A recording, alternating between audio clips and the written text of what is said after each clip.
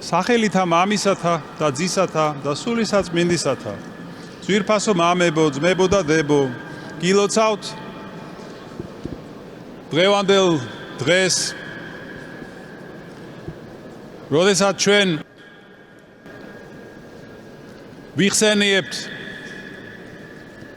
საიდუმლო სერობას და უფალ იესო ქრისტეს მიერ ევქარისტიის საიდუმლოების დაარსებას. შეგახსენებთ, რომ ევქარისტია ნიშნავს მადლიერებას და აი მადლიერების მსხვერპლი დააწესა უფალმა ჩვენმა იესო ქრისტემ საიდუმლო სერობაზე, როდესაც თავის მოწაფეებს ფეხები დაბანა და ამით გვიჩვენა სიმდაბლის მაგალითი და თუ როგორ უნდა ვექცეოდეთ ჩვენ ერთმანეთს.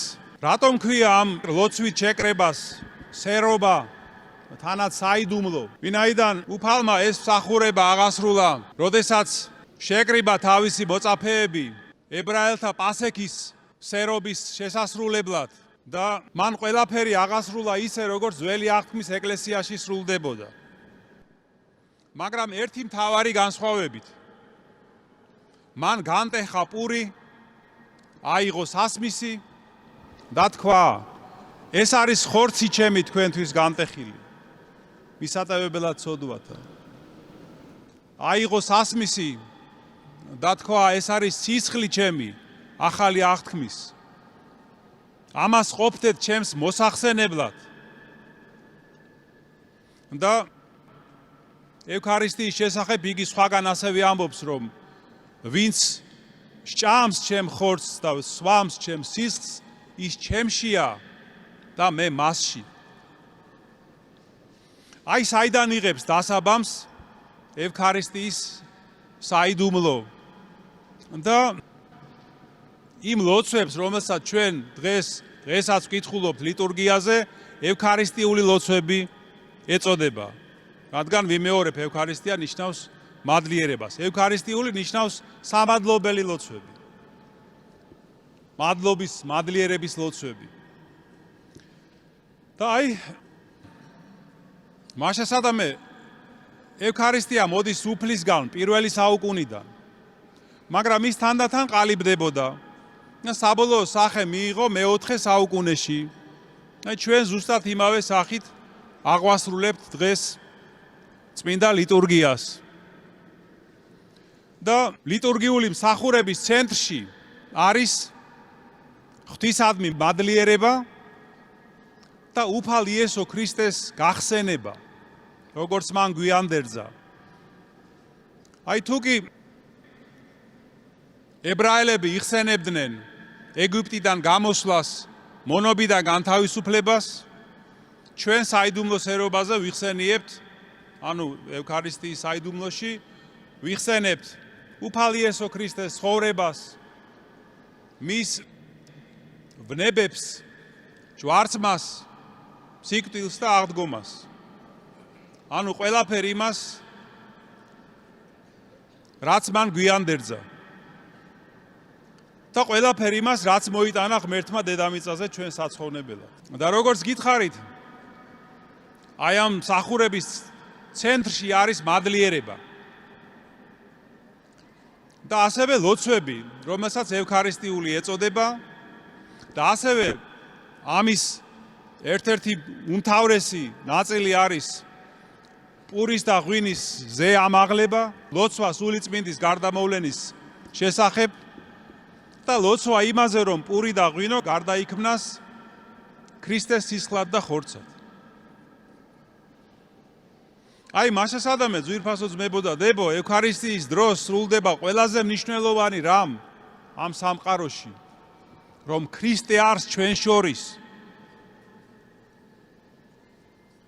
როგორც ამბობს ის სახარებაში, რომ 2 თუ 3 ადამიანი თუ შეიკრიბება ჩემი სახელით, მე ვარ მათ შორის. ევქარისტიის საიდუმლოს ასევე ეწოდება წმინდა ზიარების საიდუმლოება.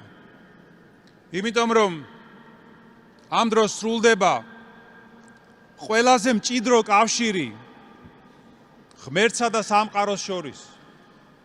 უმჭიდროესი კავშირი ღმერთსა და ადამიანს შორის, იმ ადამიანს შორის, რომელიც სათანადოდ ცხოვრობს და მართებული განწყობით, სულიერი განწყობით ეზიარება ქრისტეს სისხლსა და ხორცს. და აი ამ დროს ჩვენ ვუერთებით უფალ იესო ქრისტეს და წილმქონენი ვხდებით მისი სხეულის და მისი ღვთაების თანამესხეულენი ვხდებით უფალ იესო ქრისტეს. მაგრამ არა მხოლოდ მისი თანამესხეულენი ვხდებით. აი რატომ ქვია კიდევ ეს ზიარება მეორეს მხრივ, რომ ჩვენ ერთმანეთსაც ერთი მეორეს ვეზიარებით. რამე თუ ერთი პურიდან ვიღებთ ზიარებას და ერთმანეთის ასონი ვხდებით. როგორც გვასწავლიან წმინდა მამები, აი როგორი საოცარი რამ ხდება, აი რატომ ეწოდება ამას საიდუმლოება. კიდევ ერთხელ გილოცავთ, ძვირფასო ძმებო და დებო, ამ დიდებულ დღეს მადლობა და დიდება უფალს ამ წყალობისთვის, სიყვარულისთვის. ვეცადოთ უფრო ხშირად, უფრო აქტიურად ვიმონაწილეოთ ევქარისტიის საიდუმლოებაში, რომ მივიღოთ ყველაფერი ის, რაც ღვთის მადლით და ძალით ჩვენ მოგვეცა, ჩვენი სულის ხონებისთვის, ჩვენი ფერისვალებისთვის და მივიღოთ ის ყველაფერი, ეს წყალობა და მადლი საიმისოთ, რომ როგორც წერია სახარებისეულ იგავში თესველის შესახებ, ჩვენი გული არ იყოს ქვიანი ნიადაგი, ან ეკლიანი, ან როგორ არის იგავში, გზის პირას მდებარე, არამედ კეთილი ნიადაგი, რომ ღვთის სიტყვამ ჩვენს გულში კეთილი ნაყოფი გამოიღოს. ძვირფასო ძმებო და დებო, ჩვენს საცხოვნებლად, ჩვენს გადასარჩენად, ამ ცხოვრებაშიც და მარადისობაშიც. ამინ. ჩვენთან არს ღმერთი.